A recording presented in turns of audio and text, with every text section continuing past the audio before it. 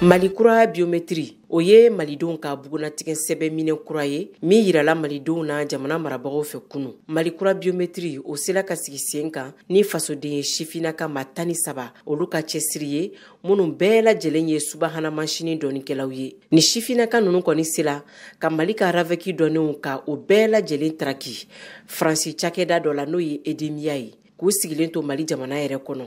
Wa nin baara in yɛrɛ kɛla u fɛ kalo 2 ani tila bɔɲɔgɔnkɔ kɔnɔ sabula kabini septembre kalo tile 25 tɛmɛlen colonel Abdoulaye Maïga Mali gouvernement ka kumalasela ale tun y'a yira k'a fɔ ko Faransi ka Edemia o cakɛda k'a tun ye Mali ravɛki dɔnenw bɛɛ lajɛlen ta otage la ka sababu kɛ k'u ka juru be Mali jamana na fo ka kiritigɛ bɔ a ko la min ye gɛlɛya yɛrɛ don jamanakuntigi kalafili la colonel Maïga ka fɔ la.